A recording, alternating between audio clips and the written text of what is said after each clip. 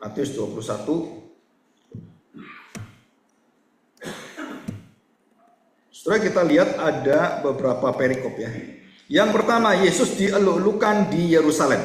Jadi di Yerusalem, dan di situ nanti ada tempat namanya Betfage. Nah, saya akan jelaskan sedikit tentang Betfage ya. Bet itu artinya bait ya. Fage itu artinya gudang. Gudang tempat penyimpanan biasanya buah-buah yang masih muda. Nah, saudara, kalau kita ekspor buah, itu biasanya bukan buah yang matang. Buah yang dicabut dulu, mangga itu masih muda kan.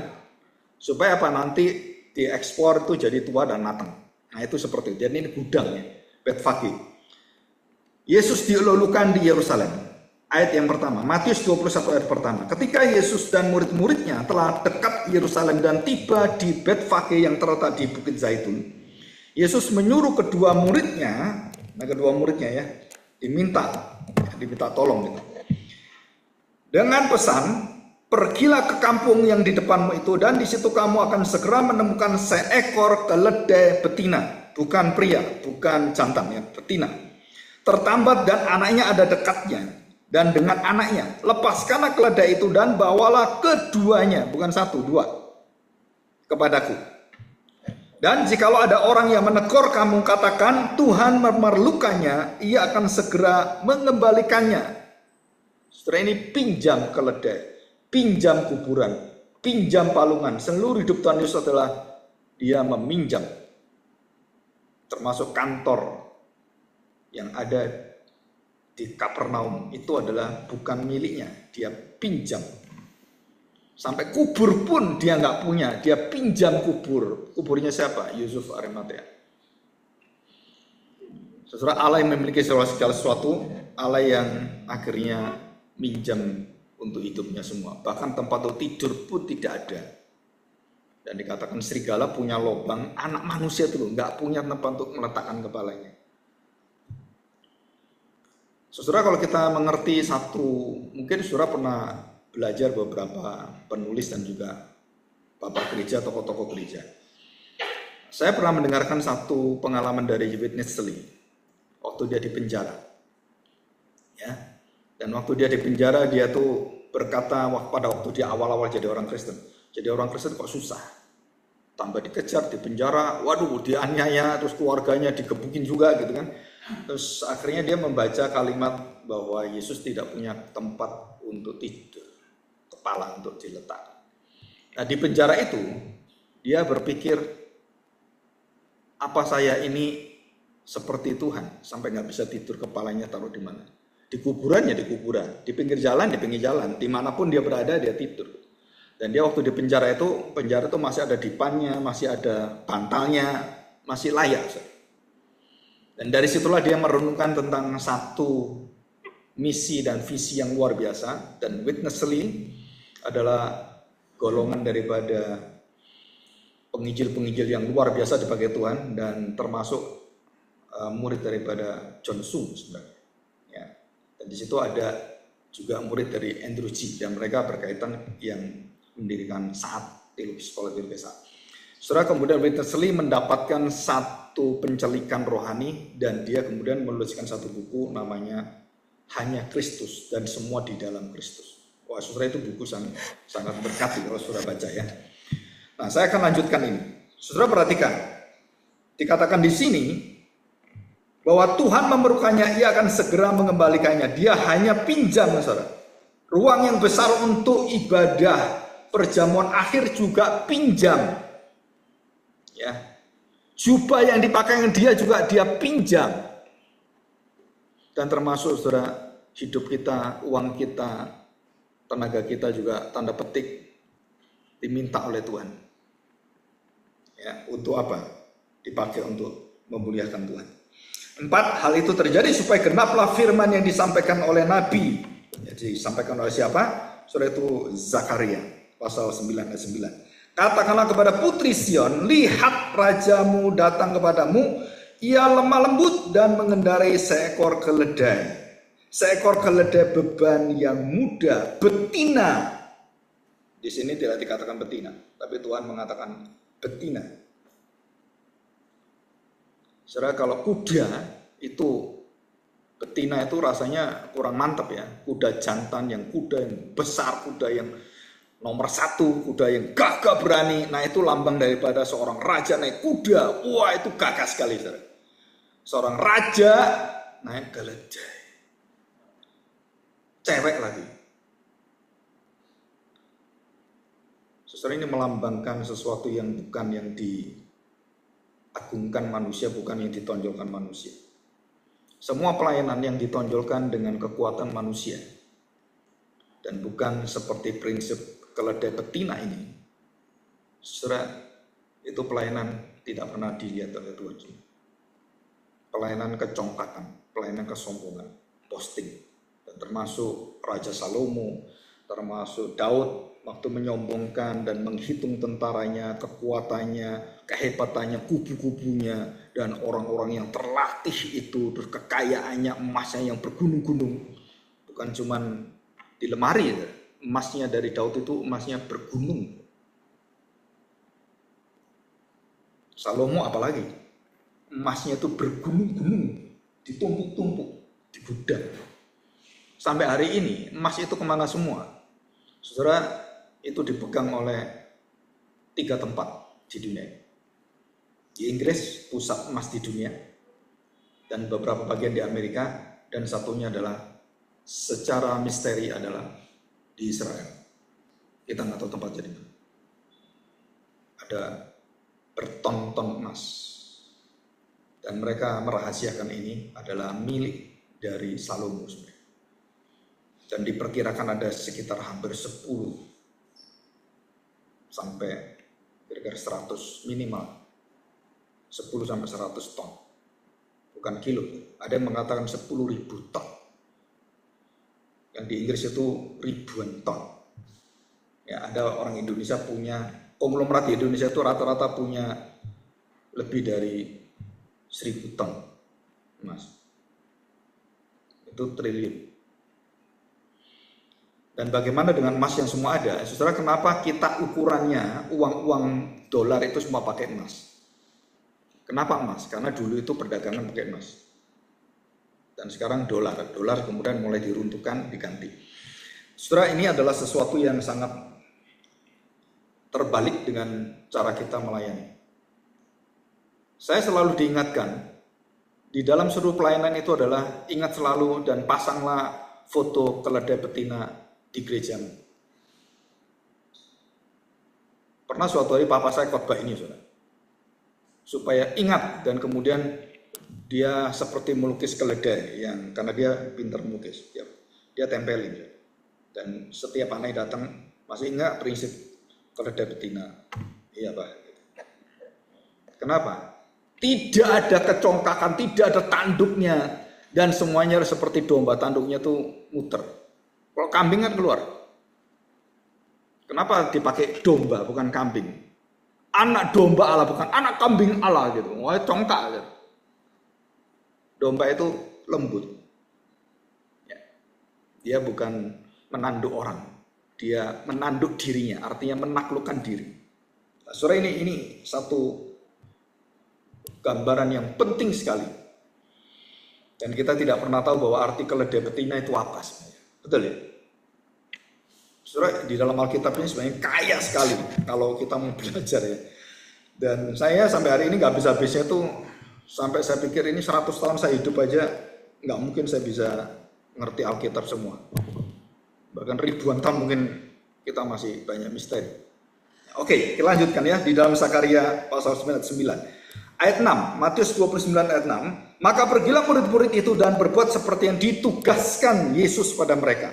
Mereka membawa keledai betina itu bersama anaknya, lalu mengalasinya dengan pakaian mereka, dan Yesus pun naik ke atasnya. Saudara tahu artinya mengalasi itu? Itu artinya bahwa Yesus sudah merupakan dan diakui sebagai raja. Kapan Yesus diurapi? Waktu dia dibaptis dan keluar dari baptisan, dia diurapi oleh Bapaknya dan Roh Kudus turun. Masih ngertiin ya? Inaugurasi ya.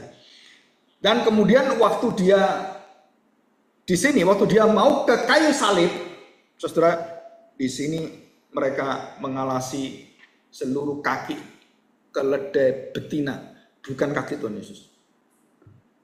Yang dialasi siapa? Bukan kaki Tuhan Yesus, kaki keledai. Kan yang lewati kaki keledai kan, bukan kaki Tuhan Yesus. Kalau raja yang lewati itu rajanya, kasih karpet merah, presiden gitu, kasih karpet merah, dialah. Disambut oleh negara ini, negara itu kasih karpet merah gitu. Dan karpet merah itu adalah satu sambutan manusia yang terbaik, yang terindah dan dilambangkan dengan karpet merah. Tapi Tuhan Yesus tidak memakai karpet merah. Mereka memakai jubah rakyat. Baju rakyat yang mereka pakai sendiri. Dipersembahkan dan kemudian diletakkan di sana. Saudara, ini lambang semuanya. Lambang kerendahan hati, lambang menjadi rakyat jelata, lambang dia melayani bukan di tempat-tempat yang tinggi, dia melayani tempat-tempat yang seperti itu. Terus kemudian kita berorientasi. Terus kalau Tuhan Yesus seperti ini, terus pengikutnya gimana? Apa kita melayani seperti Tuhan Yesus melayani? Jiwanya seperti itu, fokusnya seperti itu, dan pelayanannya itu lokus D-nya itu adalah seperti itu. Saya pikir mungkin kita harus banyak renungan ya, difusi. Kenapa? Karena kita hampir tidak mengerjakan hal seperti itu. Kita hampir mengerjakan seperti tadi, kuda yang kita lihat, kemudian kekuatan kita lihat, dan bukan karpet yang ya baju rakyat itu ditaruh, bukan saudara. Kita maunya apa? Wah, dikasih karpet merah, kasih bau wangi, dan tentara-tentara datang kemudian tembak, gitu. Presiden datang, tentara siap, oke, lewat, waduh, penghormatan yang luar biasa. Dan waktu Tuhan Yesus tidak ada ini, saudara. Lalu mengawasi dengan pakaian mereka dan Yesus pun naik ke atas. Bagaimana kita menyambut seorang raja? Tuhan tidak perlu disambut dengan yang kamu pikir, wah ini saya sambut dengan yang luar biasa, dengan suara saya yang indah, wah saya sambut Tuhan Yesus. Tuhan Yesus gak butuh itu, saudara. Kalau dia butuh kamu suara yang indah, malaikat lebih indah dari suara kamu. Dia tiap hari dipuji malaikat. Betul nggak? Ya. Oke, orang banyak sangat besar, jumlahnya, perhatikan saudara, itu datang gitu ya. Nah, ayat yang ke-7, mereka membawa keledai betina itu bersama anaknya lalu mengalasinya dan pakaian dengan pakaian mereka dan Yesus pun naik ke atasnya. Orang banyak sangat besar, jumlahnya menghamparkan pakaiannya. Jadi ini kemudian Yesus jalan satu tapak, orang kasih bajunya, dan semua rakyat itu mengaku Yesus inilah Mesias Raja yang akan membebaskan mereka. Dan mereka setiap Yesus melangkah satu langkah dengan keledai, langkah keledai itu mereka kasih alas baju mereka. Ya. Dan ada pula yang memotong ranting-ranting dan dari pohon-pohon dan menyebarkannya di jalan. Dan orang banyak berjalan di depan Yesus dan mengikutinya dari belakang berseru katanya, Hosiana bagi anak Daud, diberkatilah dia yang datang dalam nama Tuhan. Hosiana di tempat yang maha tinggi. Dan ketika ia masuk Yerusalem, gemparlah seluruh kota itu dan orang berkata, siapa orang ini kok sampai disambut seperti itu oleh rakyat yang luar biasa itu?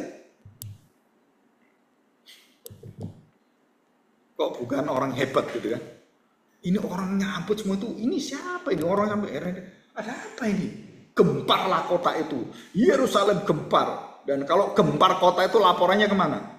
Kan ke atas. Anak ini ngomong kan, siapa tuh? Oh Yesus, wah ahli Taurat, imam kepala semua. Oh itu lagi, dia lagi. Oh kurang ajar ini, bahaya ini. Laporin ke raja. Raja, ini ada pesaing baru. Ada pesaing baru. Ada yang akan menjadi raja. Ini bahaya ini. Maka berkong kali kong lah, ya semua partai yang ada di bangsa Yahudi itu. Partai keagamaan, partai nasionalis, partai pro A, pro B gitu. Dan mereka kemudian bersekongkol dengan pemerintahan dan mereka saling mengancam dan saling menguntungkan. Dan disitulah Tuhan Yesus akhirnya diadili. Nah, saudara, kita masuk ayat 12. Yesus menyucikan bait Allah. Apa hubungannya? Jadi keledai tadi bait Allah sampai ke pohon ara nanti ya. Saudara perhatikan. Ayat yang 13, ada tertulis ya, Rumahku akan disebut rumah doa, tetapi kamu menjadikannya sarang penyamun. Saudara, gereja itu jadi sarang penyamun. Bukan orang-orang yang menyembah Tuhan, yang punya rendah hati melayani Tuhan. Tapi mereka menjadi orang-orang yang saling makan satu sama lain, saling cari keuntungan satu sama lain. Kalau saya ke gereja, untung saya apa? Maka di situ foreign exchange, tukar duit, tukar-tukaran itu di situ, perdagangan di dalam gereja. Waduh. Dan gereja menjadi kantong, tahu kantong? Cuman. Ada satu orang telepon saya, Pak, Bapak dari Reform. Oh iya, kenapa? Mau nggak gabung dengan kami? Kami mau bikin gerakan Reform yang baru. Reform apa? Reform yang karismatik gitu kan. Dan kemudian kami butuh satu hamba Tuhan di Surabaya. Dan kami ada gedung dan semua, dan dia ngomong semua. Nah, saudara, kemudian saya tanya, memang tujuannya apa gitu? Ujung-ujungnya, saudara, itu cuan. Ujung-ujungnya cuan. Dan hampir semua gereja itu, kalau kita lihat sekarang yang besar-besar itu, saudara, kita harus jujur. Kalau nggak ada duit, itu gereja itu ambruk semua. Bukan kalau nggak ada Kristus ya. Kan gitu kan harusnya, kalau nggak ada Kristus gereja ambruk semua. Ini nggak, kalau nggak ada duit gereja itu ambruk semua, tutup semua. Dan waktu saya ketemu teman itu, dan dia berkata, Pak, nanti pembagiannya kita udah ada aturannya. Aturannya gimana? 40%, 60%. Jadi pertama kali Bapak dapat 40%. Kalau gereja ini berjalan baik, maka kami pemodalnya dapat 40%, Bapak 60%.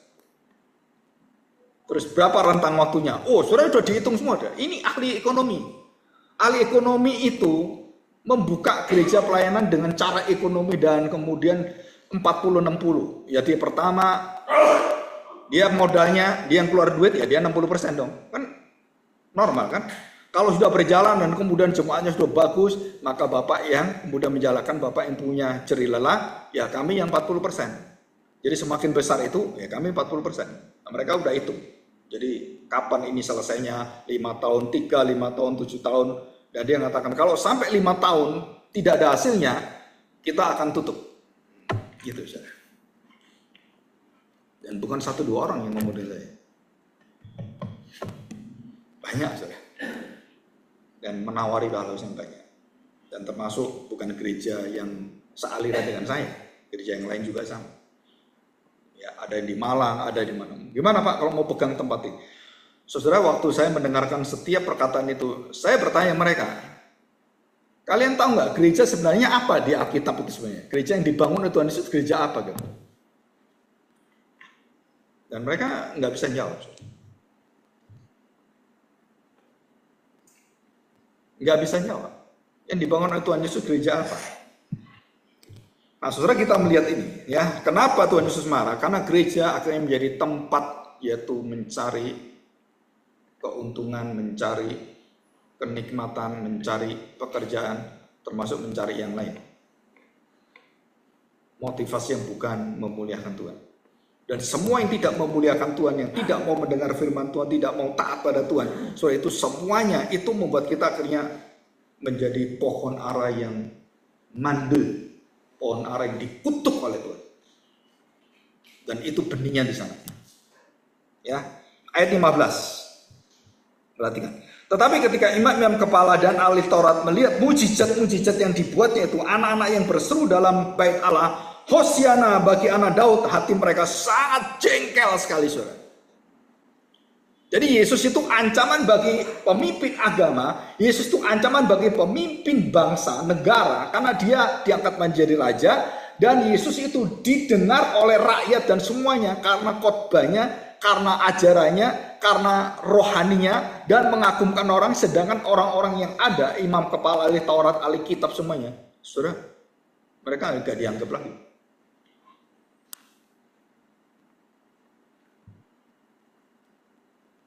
Saya kadang-kadang melihat ada cerita-cerita banyak. Saya pernah mendengarkan Jeffrey, pendiri asli Jeffrey. Saya pernah mendengarkan tentang riwayat No Manson. Saya pernah mendengarkan riwayat tentang seorang hamba Tuhan yang akhirnya keluar dari satu sekolah teologi karena teologi itu akhirnya melenceng. Mulai dari Princeton, Westminster, menjadi Reformed Theological Seminary. Itu kenapa itu akhirnya pecah? Karena mereka tidak mau menjaga kemurnian, pecah akhirnya. Dan saya pikir itu sesuatu yang wajar. Kenapa? Karena manusia itu harus didisiplin. Dan kita nggak bisa membiarkan yang gelap dengan terang itu akhirnya bercampur dalam gereja. Nggak bisa. Dan itu harus ditegasin. Ya. Oke, kita lihat ini ya. Perhatikan baik-baik. Ayat yang ke-16. Nah, saudara perhatikan ya. Jadi kenapa Tuhan Yesus menghubungkan kedatangan dia, bagaimana orang menyambut dia, dan kemudian hati yang busuk dari imam-imam ini, kemudian membusukkan seluruh pohon ara Israel itu menjadi pohon yang akhirnya dikutuk oleh Tuhan karena ada yang membusukkan. Dari mana itu kebusukan? Dari salah guna, salah menafsirkan, dan salah mengharapkan Mesias. Nah ini titik daripada kemandulan. Kutukan Tuhan. Jadi saudara nangkap ini kan? Kenapa itu akhirnya pohon ara dikutuk oleh Tuhan? Karena Tuhan melihat, oh ya udah daunnya ada. Dia menunggu.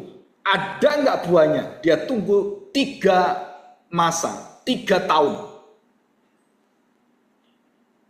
Dan dia lihat lagi. Jika tidak ada pertobatan, jika tidak ada buah pertobatannya, dan Tuhan katakan, keringlah kamu, matilah kamu, mati langsung, mati.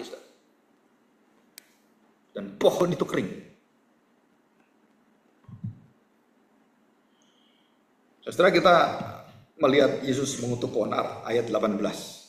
Pada pagi-pagi hari, dalam perjalanannya kembali ke kota, Yesus merasa lapar. Dekat jalan ia melihat pohon ara lalu pergi ke situ, tetapi ia tidak mendapat apa-apa dari pohon itu selain daun-daun saja. Katanya pada pohon itu, engkau tidak akan berbuah lagi selama-lamanya. Dan seketika itu juga keringlah pohon ara itu. Melihat kejadian itu tercenganglah murid-muridnya. Lalu berkata, bagaimana mungkin pohon ara ini sekonyong-konyong tiba-tiba menjadi kering langsung. Yesus menjawab mereka, perhatikan saudara. Aku berkata kepadamu, sesungguhnya jika kamu percaya dan tidak bimbang, kamu bukan saja melihat akan dapat berbuat apa yang ku perbuat dengan pohon ara ini, tetapi juga jikalau kamu berkata pada gunung ini, beranjaklah dan tercampaklah ke dalam laut, hal itu akan terjadi. Dan apa saja yang kamu minta dalam doa, dengan penuh kepercayaan, kamu akan menerimanya. Jadi kenapa pohon ara itu dikutuk oleh Tuhan? Sekonyong-konyong menjadi kering. Dikatakan, sebelum ada pertobatan. Kenapa nggak bisa bertobat? Kenapa nggak bisa berubah-berubah? Di sini dikatakan, jika kamu percaya dan tidak bimbang. Jangan kamu khawatir, jangan kamu bimbang. Jika kamu khawatir, kamu bimbang, itu menunjukkan bahwa kita sedang mendapatkan satu benih kematian, satu benih kutukan. Ya. Dan dikatakan, jika kamu percaya, jangankan untuk dirimu, gunung itu engkau perintah, beranjaklah dia beranjak. Ya. Oke, sekarang ada pertanyaan kuasa Tuhan Yesus. Ya. Kita akan melihat ayat yang 24. Perhatikan saudara. Jawab Yesus pada mereka, aku juga mengajukan satu pertanyaan kepada kamu. Jikalau kamu memberi jawabnya kepadaku, aku akan mengatakan kepadamu dengan kuasa manakah aku melakukan hal itu. Dari manakah baptisan Yohanes? Dari surga atau dari manusia? Baptisan Yohanes ada peringatan, bertobatlah dan berbuahlah, maka Tuhan akan menyelamatkan engkau. Dan dia akan datang, dan dia akan memberikan keselamatan itu. Ya. Nah, kita lihat gambar pohon ara. Ya. Saudara, saya ambil pohon ara yang ini yang kering mati ya. Walaupun ini belum kering sebenarnya. Kering itu sebenarnya kayak orang keriput gitu kan. Nah itu nggak ada semuanya rontok kering ditarik dan kemudian saudara di belakang itu adalah bait Allah. Ya, bait Allah. Nah kalau yang di depan coba balik ke satu tadi. Nah di depan ini itu ada bangsa Israel yang dilambangkan bangsa Israel dan kemudian sungai yang mereka Tuhan sediakan itu bangsa Israel dan di situ ada seorang nabi yang selalu mengingatkan mereka dan kita kembali ke gambar tadi yang double gambarnya. Saudara perhatikan, pohon ara di dalam firman Tuhan Markus 11, Matius 21, Lukas 13 diceritakan dengan diuraikan dan dengan detail khususnya Markus. Awalnya bagaimana, akhirnya bagaimana, dan kesudahnya bagaimana. Itu Markus pasal 11 itu lebih rinci. Ya, saya memakai yang 21 karena berkaitan dengan kuasa Tuhan Yesus dan berkaitan dengan pengusiran Yesus kepada pedagang-pedagang itu dan kemudian baru masuk pohon ara yang dikutuk. Karena itu berkaitan secara teologis. Nah, saudara dalam Yeremia pasal 8 kita lihat sekarang. Saya bacakan Yeremia pasal 8 ayat yang ke-13. Ya. Aku mau memungut hasil mereka. Ini Tuhan. Dan mereka Tuhan melihat bahwa bangsa Israel diumpamakan sebagai pohon ara yang seharusnya berbuah, seharusnya taat pada Tuhan, menghasilkan kekuatan luar biasa dan memberkati bangsa-bangsa lain, dan itu nggak ada hasilnya. Dikatakan demikian, aku mau memungut hasil mereka, demikianlah firman Tuhan. Tetapi tidak ada buah anggur pada pohon anggur, tidak ada buah ara pada pohon ara, dan daun-daunnya sudah layu. Sebab itu aku akan menetapkan bagi mereka orang-orang yang menindas mereka. Mengapakah kita duduk-duduk saja? Berkumpullah dan marilah kita pergi ke kota-kota yang berkubu dan binasa di sana. Sebab Tuhan Allah kita membinasakan kita, memberi kita minum racun, sebab kita telah berdosa kepada Tuhan. Saudara, ini Yeremia melihat bahwa bangsa Israel masa depannya itu menjadi bangsa yang dikutuk oleh Tuhan, bukan bangsa yang dipilih Tuhan. Bangsa yang dikenal menjadi bangsa yang tidak berkenan lagi. Bangsa yang dipilih menjadi bangsa yang dibuang. Bangsa yang artinya bangsa yang sangat dikasihi menjadi bangsa yang sangat melukai hati Tuhan. Nah, saudara, ini adalah Yeremia. Kita lihat di dalam Hosea pasal 9. Hosea pasal 9 ayat yang ke-10. Seperti buah-buah anggur di padang gurun, aku mendapati Israel dahulu. Seperti buah sulung sebagai hasil pertama pohon ara, aku melihat nenek moyangmu. Tetapi mereka itu telah pergi kepada Baal Peor. Bukan Peor. Baal Peor. Dan telah membaktikan diri kepada dewa keaiban, kenajisan, kemaluan. Sehingga mereka menjadi kejijikan sama seperti apa yang mereka cintai itu. Saudara bayangkan, bangsa yang memuliakan Tuhan, yang beradab, bangsa yang kudus, yang suci, menjadi bangsa yang menyembah Baal Peor. Yang suka keaiban, suka kenajisan. Saudara, ini Hosea. Dan terakhir dalam Mika. Jadi ada 3 ya. Kita lihat Mika pasal yang ke-7 ayat 1. Celakalah aku sebab keadaanku seperti pada pengumpulan buah-buahan musim kemarau. Seperti pada pemetikan susulan buah anggur.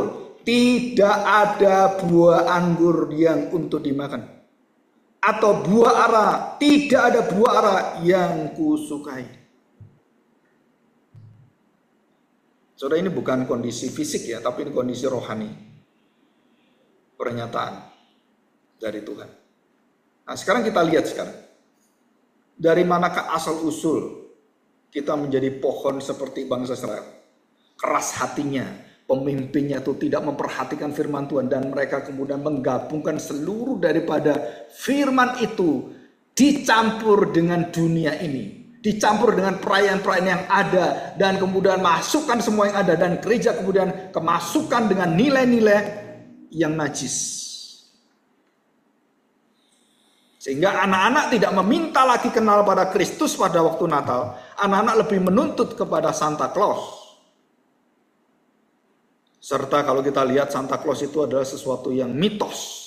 Ada yang mengatakan, oh itu dari Nikolaus. Santo Nicholas. Ya, katanya seperti itu ya. Santo Nikolaus. Sebenarnya kalau kita lihat, saudara, itu sebenarnya adalah mitos. Kenapa mitos? Karena dihubungkan dengan kijang-kijang yang mempunyai kereta dan bisa terbang seperti Harry Potter. Betul kan? Seperti The Witch, nenek sihir. Kemudian naik sapu. Bisa terbang. Dan cerita-cerita itu kemudian masuk. Dan masuk kemana? Masuk ke dalam inti cerita gereja. Dan waktu ada satu gereja, terus guru sekolah minggu kemudian memanggil Santa Claus, tanda petik, yang orang pakai Santa Claus.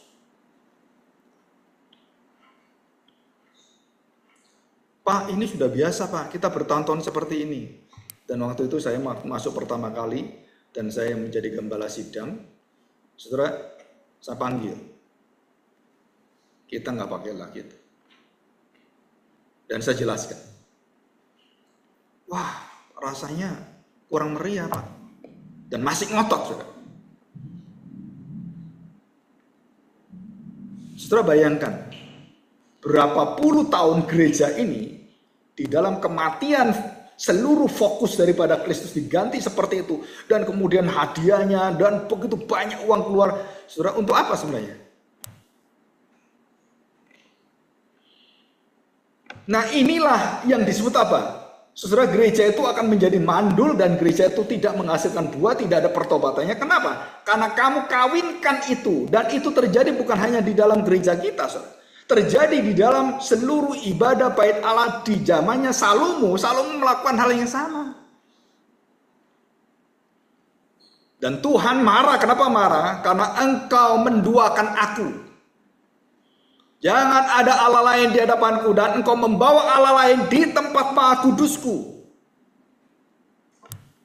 Baal Peor. Dan dewa-dewa kau masukkan, dan kemudian Tuhan hancurkan semua. Saudara, yang pertama kita belajar, dari manakah kemandulan itu berasal? Dari manakah menjadi kering dan Tuhan Yesus mengatakan, akhirnya engkau tidak akan ada lagi selama-lamanya. Kita lihat Matius 21. Ya, perhatikan saudara. Dikatakan satu kalimat yang sangat sungguh-sungguh kita harus camkan ini. Kalimat apa? Engkau tidak akan berbuah lagi selama-lamanya. Dan itu adalah satu kalimat dari Tuhan, bukan dari manusia. Bolehkah kita mengucapkan kalimat ini? Jawabannya tidak boleh. Karena Tuhan yang tahu. Kita nggak boleh ini. Wah, gereja ini gereja terkutuk ini. Ya kan? Sudah kita bisa mendeteksi gereja terkutuk itu apa? Nah, dari tadi itu. Arah semua gereja itu siapa? Mengagungkan siapa? Dan siapa yang dia layani? Dan yang paling dia tempatkan di gereja itu siapa? Apakah perayaannya? Apakah tradisinya? Apakah Kristusnya yang ada di sana? Begitu diganti, saudara. Dan kita tidak mempunyai hati untuk menyembah dia. Saudara, kita sudah mulai kehilangan iman yang sungguh-sungguh terpusat pada Tuhan. Dan saya melihat apa yang terjadi. Semua perayaan-perayaan itu. Saudara, itu saya nggak tahu apakah nanti ada survei. Saya lagi berbicara dengan beberapa orang. Kita harus mengadakan riset survei. Dan nggak usah survei ke tempat-tempat orang, nggak usah. Yang ada, yang kita temui, yang ada di YouTube, yang ada di Instagram, semua kita survei. Berapa banyak orang-orang yang mau membicarakan tentang Kristus pada waktu Natal ini. Saudara, saya sendiri pribadi ya, dan beberapa orang. Saudara tahu, Nanti kalau saudara lihat di Instagram gitu kan, bagaimanakah kita memperindah, bagaimanakah kita memperbaiki, bagaimanakah kita untuk membuat tahun depan itu menjadi tahun yang lebih menguntungkan. Dari semua arahnya tujuannya, apa yang kita dapatkan dari dunia ini, apa yang kita mau capai di dunia ini, semua itu. Nggak ada yang memikirkan, apa yang Tuhan mau ya, tahun depan itu yang kita mau kerjakan apa. Nggak ada. Sampai hari ini saya lihat nggak ada satupun. Kalau gereja-gereja yang saya tahu bahwa itu gereja yang betul-betul memiliki doktrin yang baik, nah saya percaya paling tidak mereka sudah tahu. Tetapi sebagian besar itu, saudara yang keluar itu semuanya, waduh saudara, tema-temanya mengerikan. Saudara. Nanti saudara nggak percaya lihat ya di Instagram, di YouTube, terus kemudian yang ada di TikTok apalagi gitu kan, wah saudara lihat semua. Dan ada yang aneh-aneh gitu ya. Natal itu kemudian dibandingkan dengan tingkah lakunya kucing yang lucu. Lagunya Natal, tapi yang main itu kucing. Lucu, memang lucu saudara. Kita lihat, kita bisa tertawa, lucu. Saudara bayangkan lagu Natal yang indah, Natal yang begitu kemudian diperuntukkan untuk apa? Untuk menghibur kita dengan baik itu kucing, baik itu anjing, baik itu apapun di situ, atau mungkin yang lainnya. Untuk menghibur saja. Apakah Natal hanya untuk menghibur seperti itu? Nah, saudara, dari manakah kemandulan itu dan tangisan daripada Tuhan Yesus yang waktu di Yerusalem dalam Lukas? Tuhan Yesus menangis di Yerusalem. Saudara bayangkan, orang semua memuji dia, mengangkat dia, mengatakan Hosiana, Hosiana. Saudara tahu artinya Hosiana? Tahu? Bukan Hosana sebenarnya, Hosiana. Ho itu teriakan, permohonan, satu orang yang perlu betul-betul ditolong. Ho, nah itu. Yasha, itu keselamatan, Yosua. Nah, itu menunjukkan keseriusan. Jadi waktu dikatakan Hosiana, Hosiana apa? Tolonglah kami Tuhan, tolong selamatkan kami. Itu artinya gitu. Bukan menjadi pujian Hosana, Hosana. Kamu nggak ngerti Hosiana? Hosana, Hosiana itu artinya apa? Kami mau mati, kamu mau celaka, tolong kami, berikan keselamatan, tolong kami. Nah itu Hosiana.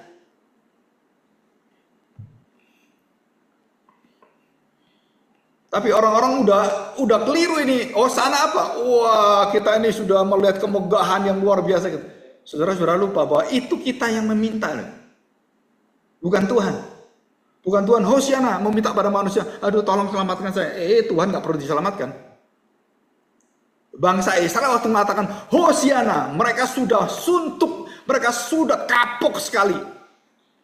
Mereka bertahun-tahun, ratusan tahun dijajah dan turun-temurun, dijajah, diperbudak. Bukan hanya pada zaman Fir'aun, pada waktu Yesus datang, seluruh bangsa Israel menjerit Hosiana. Dan itu jeritan akhir zaman. Nanti kita akan menjadi sama. Banyak orang diikat dengan dosa seperti itu.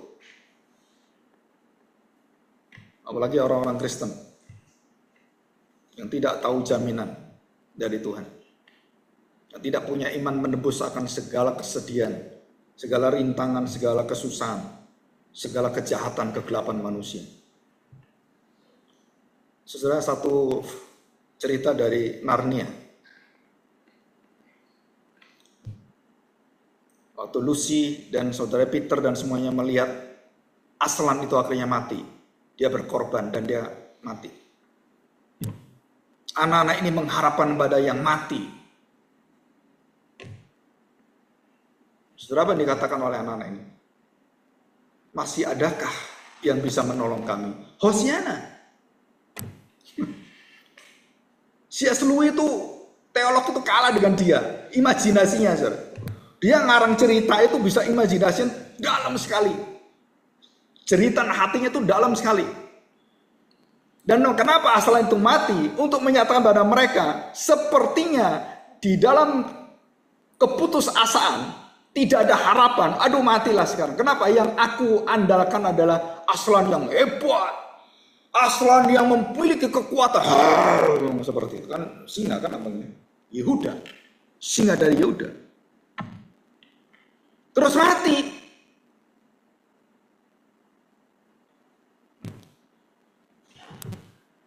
Saudara, muncullah lambang anak domba yang keluar.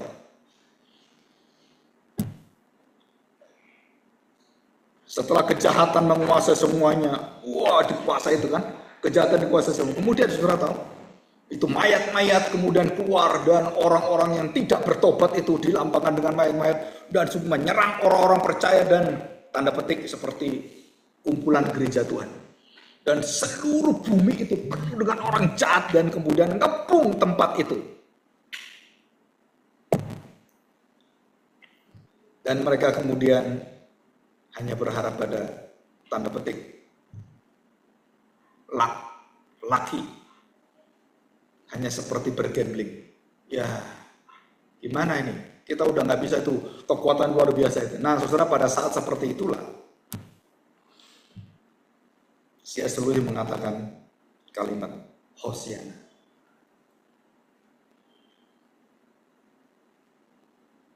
Dan kemudian pedang itu, 7 pedang itu bergabung menjadi satu. Dan siapakah 7 pedang yang membawa pedang pertama? Saudara, itu pengkhianat. Saya lupa namanya itu. Yang anak itu pokoknya pengkhianat. Dia tuh licik sekali. Dan Tuhan pakai pengkhianat yang melambangkan pada Petrus sebenarnya. Dia pakai, namanya Simon. Dan pedang itu akhirnya menyambung kekuatan itu, dan aslan bangkit. Dan seluruh bumi akhirnya menelan seluruh musuh-musuh itu. Dan diceritakan di sana dengan sangat unik, saudara. Dan siapakah yang mengalahkan orang-orang yang tanda petik mayat-mayat ini semua? Itu adalah seluruh bumi, dari tumbuh-tumbuhan semuanya itu akhirnya bergerak dan memerangi mereka semua. Tentaranya apa? Tanaman, tumbuhan, dan semuanya. Jadi bukan manusia, tetapi semua ciptaannya. Jadi bagaimana kita lihat dari sejak zaman awal sampai terakhir, kita lihat bagaimanakah Tuhan mengalahkan bangsa Mesir. Saudara, bukan dengan kekuatan manusia dengan manusia, bukan. Tuhan pakai laut. Kan gampang kan? Betul ya? Bagaimana Tuhan membersihkan manusia pada zamannya Nuh? Dia pakai hujan. Bersihkan. Saudara, kalau Tuhan mau memberesi, gampang kan? Enggak ada masalah yang kita takutkan.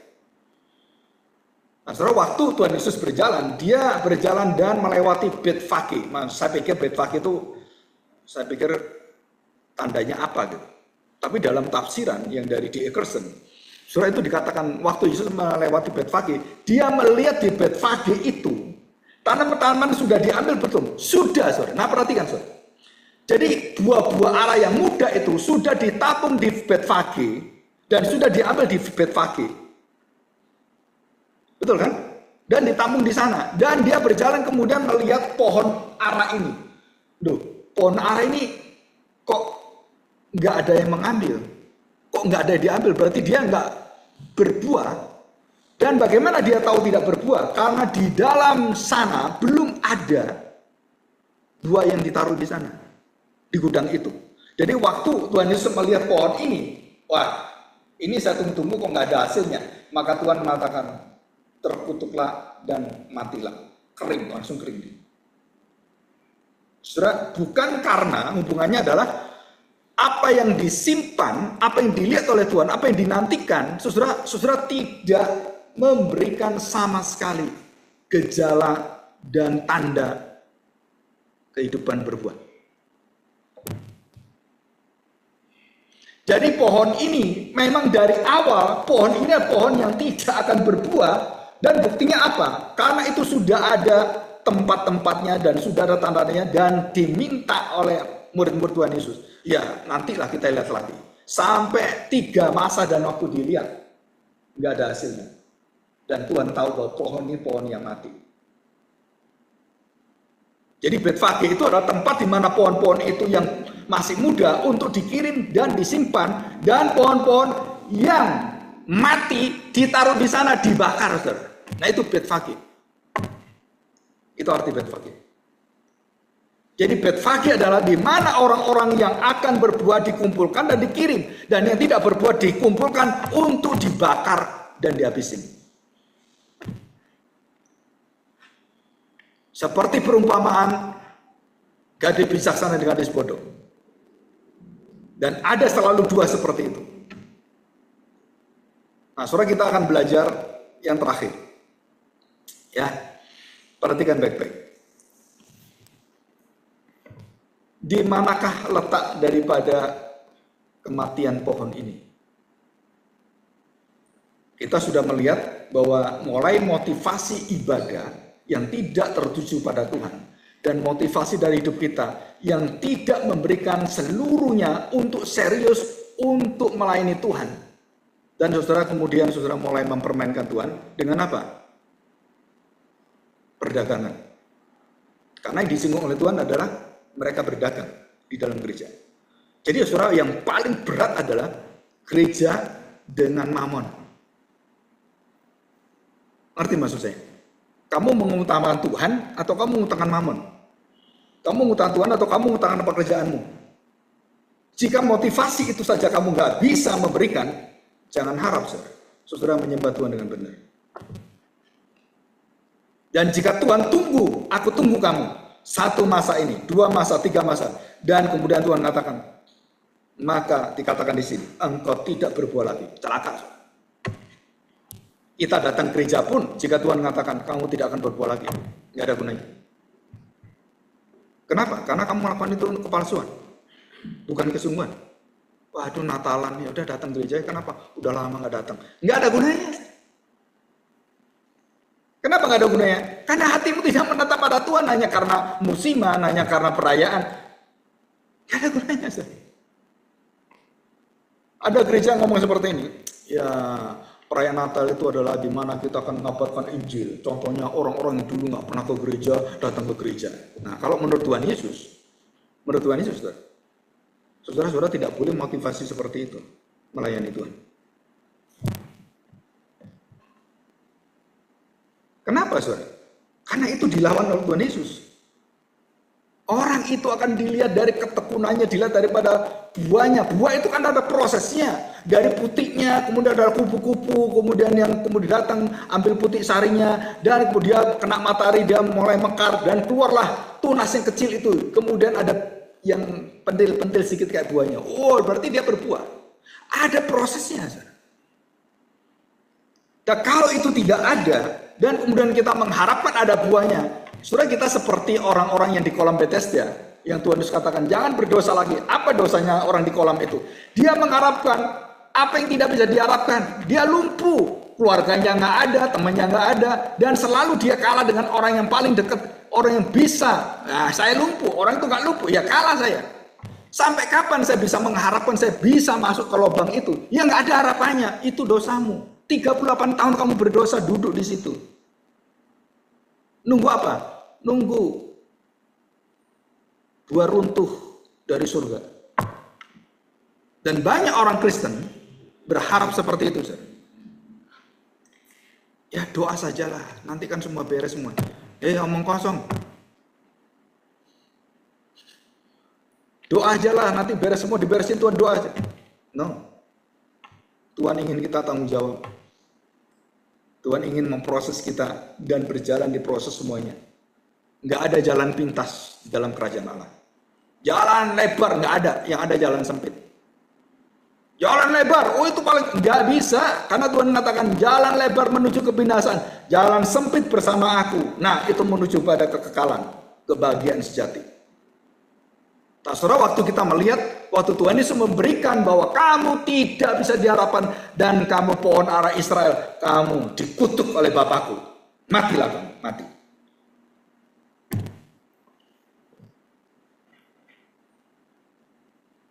Terus katanya, harapannya apa? nggak ada harapan. Israel itu tidak ada harapan. Kalau kamu berjuang sendiri, kamu melawan sendiri dengan segala kekuatan dan dosa-dosa kamu, lawan dengan seluruh moralitasmu, seluruh penjara-penjara dan rehabilitasi untuk narkoba semua, nggak akan merubah apapun.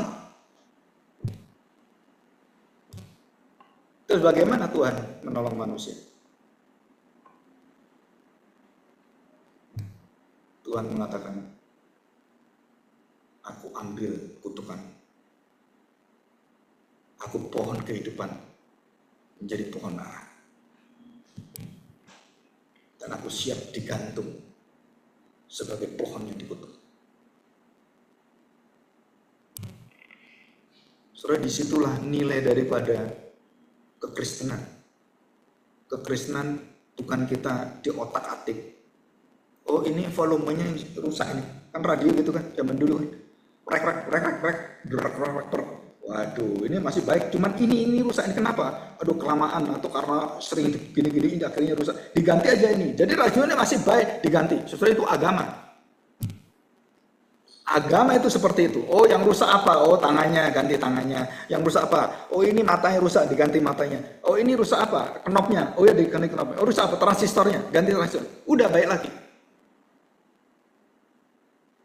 Tuhan Yesus tidak datang untuk mengganti itu. Kenapa? Karena kamu sudah terkutuk. Kamu sudah mati, kamu sudah binasa. Dan tidak ada jalan kamu bisa selamatkan diri. Terus bagaimana? Kamu harus diganti manusia baru. Dengan hati yang baru. Dengan keinginan yang baru. Dengan pikiran yang baru. Jadi sekarang saya tanya, waktu kamu percaya pada Kristus, apakah keinginanmu baru? Atau masih keinginan lama duniawi? Nah, itu menunjukkan kamu sudah lahir baru belum? Oh, saya masih senang ini, masih senang ini, masih senang. Oh, saya nggak bisa tinggalkan yang selama yang saya dulu itu nggak bisa. Berarti kamu belum mendapatkan manusia baru. Kenapa? Karena manusia baru itu dimulai dari apa? Dimulai dari seluruh pikiran keinginannya itu berubah. Nah, di situ. Bukan lagi menginginkan dunia, bukan lagi menginginkan pada hal-hal yang bersifat duniawi, tetapi semua nilai-nilai surgawi itu menjadi nilai dalam hidup yang diingini dia. Kalau saudara tidak mendapatkan ini, saudara akan menjadi pohon ara yang dikutuk oleh Tuhan.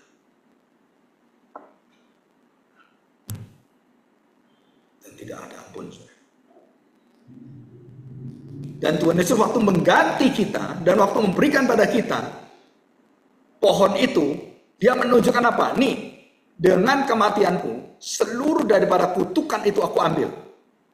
Kutukan yang mematikan manusia, dimatikan oleh kematian Kristus. Jadi kutukan yang mematikan manusia, dimatikan dengan kematian Kristus. Jadi Kristus membunuh siapa? Kristus mematikan kutukan dan mematikan dampak dari kutukan yang mematikan manusia. Jadi kematiannya mematikan kutukan, dan mematikan seluruh dosa-dosa manusia dan memberikan satu jaminan bahwa kamu tidak akan hidup lagi di dalam hukum dosa, hukum Taurat dan hukum semuanya. Dan kamu sekarang menjadi lahir baru. Dan itu arti daripada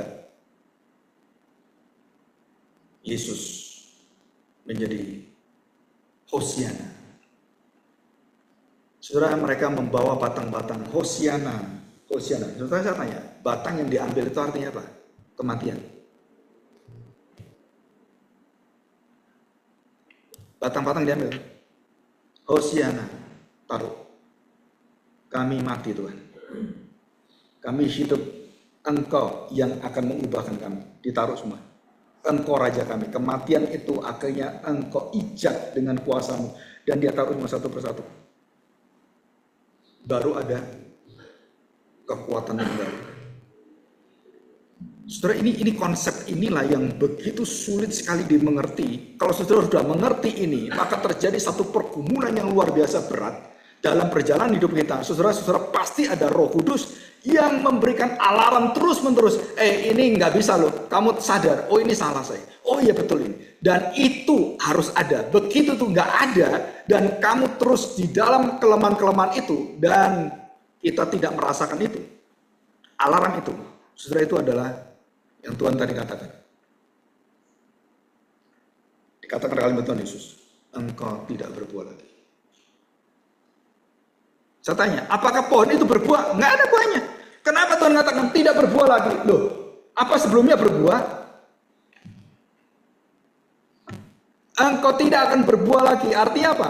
Tidak akan berbuah selama-lamanya. Kamu nggak akan berbuah. Jadi bangsa Israel diingatkan, jika kamu menolak Mesias dan aku akan mati bagi kamu. Jika kamu menolak aku selama-lamanya, kamu di dalam kebinasaan. Tapi begitu kamu terima saya, kamu yang mati dalam kebinasaan, aku cabut kebinasaan itu dan kamu akan aku hidupkan karena aku adalah pohon kehidupan. So, ini adalah satu kekuatan iman Kristen. Dan tidak pernah ada orang yang bisa memberikan kita jaminan keselamatan seperti ini, kecuali di dalam Kristus. Saudara, kita lihat ini. Masuk Yerusalem disambut. Dan waktu Yesus masuk Yerusalem, saudara tahu, seluruh rakyat menyambut dia.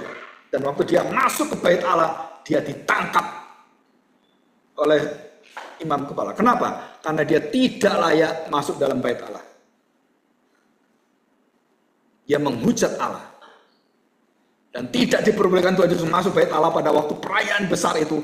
Dia tidak boleh masuk ke sana. Kenapa? Saudara, dari yang mengusir orang-orang pedagang yang ada di depan halaman bait Allah, akhirnya Tuhan Yesus pun diusir dari tempat di mana dia harus tinggal. Yang mengusir jadi diusir. Tuhan Yesus kan mengusir pedagang. Dan dia akhirnya diusir dan dia dinaikkan ke kayu salib. Kamu ya, macam-macam ya. Sombongnya kamu ya, mau bersihkan gereja. Enggak bisa. Kamu keluar dari gereja. Dikeluarkan dari gereja. Dan kemudian dihukum oleh gereja. Dihukum oleh imam-imam. Dan kemudian dia digantung. Dia pikir gereja, bait Allah pikirnya apa? Wah, kamu sudah menang. Saudara, saya tanya yang terakhir ini. Apa akibat dari imam-imam kepala ahli Taurat mengusir Tuhan Yesus masuk dalam bait Allah? Sudah tahu akibatnya. Tahun 70 Masehi, Jenderal Titus dan Tuhan Yesus katakan, engkau lihat bait Allah ini. Siapa yang mendirikan bait Allah? Aku sendiri. Siapa hancurkan bait Allah? Aku sendiri. Siapa yang mendirikan bait Allah? Bukan Salomo, Tuhan. Siapa yang membawa semua orang-orang tukang-tukang hebat diberi pengurapan Roh Kudus dan mereka bisa kerjakan bait Allah yang luar biasa itu dan kemudian diperbarui, direnovasi oleh Herodes. Bagus sekali seperti itu. Dan Tuhan katakan, siapa yang bangun ini? Aku. Siapa yang hancurkan? Aku sendiri.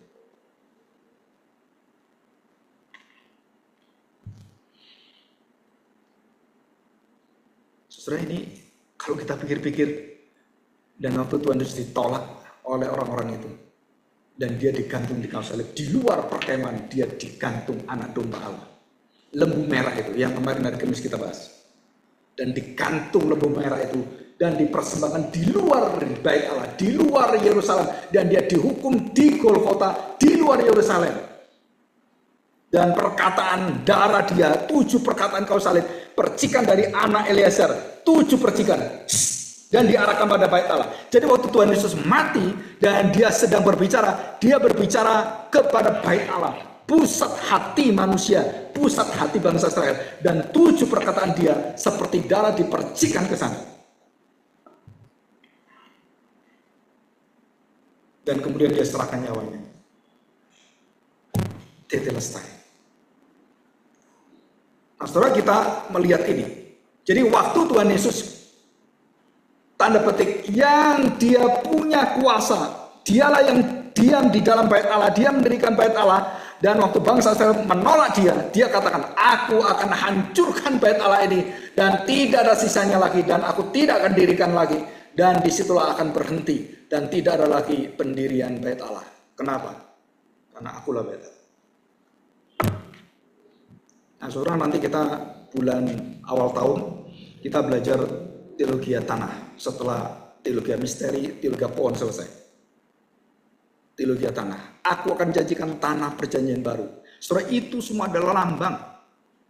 Dan bangsa saya berada di tanah perjanjian, tanah Kanaan. Apa yang lambangnya? Mereka busuk hatinya. Sudah masuk tanah perjanjian, mereka busuk hatinya. Terus saya tanya, mana tanah perjanjian? Saudara, itu pusatnya adalah the land, promised land adalah Kristus. Ini rahasia besar. Saudara, belum nanti penjelasannya belum saya berikan. Nanti di hari Kamis, di hari Sabtu. Di hari Sabtu itu saya jelaskan kira-kira 4 atau 6 kali. Theology of land.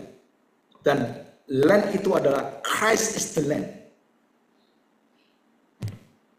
Dari awal nanti sampai kepada kitab Wahyu, saudara, semua berkaitan dengan land. Dan bagaimanakah Tuhan Yesus mengatakan bahwa di tempat Bapakku banyak tempat, banyak land.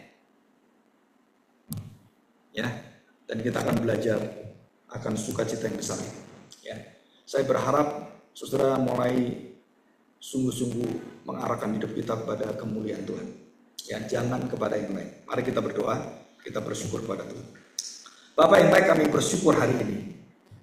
Kami bersyukur jika bangsa Israel yang ditunggu-tunggu untuk menyatakan satu hati yang dikenan Tuhan, satu buah kehidupan, tetapi Tuhan, sampai akhir pun bangsa yang Engkau pilih, bangsa yang Engkau berikan berkat dan berkelimpahan. Engkau berikan nabi-nabi, Engkau berikan Taurat, Engkau berikan sunat, dan begitu banyak tanda-tanda ajaib. Semuanya menyatakan bahwa bangsa ini tidak pernah berbuah. Tuhan, kami tahu inilah kuasa maut, kuasa dosa yang bangsa Israel tidak pernah sadari, dan juga kami di sini.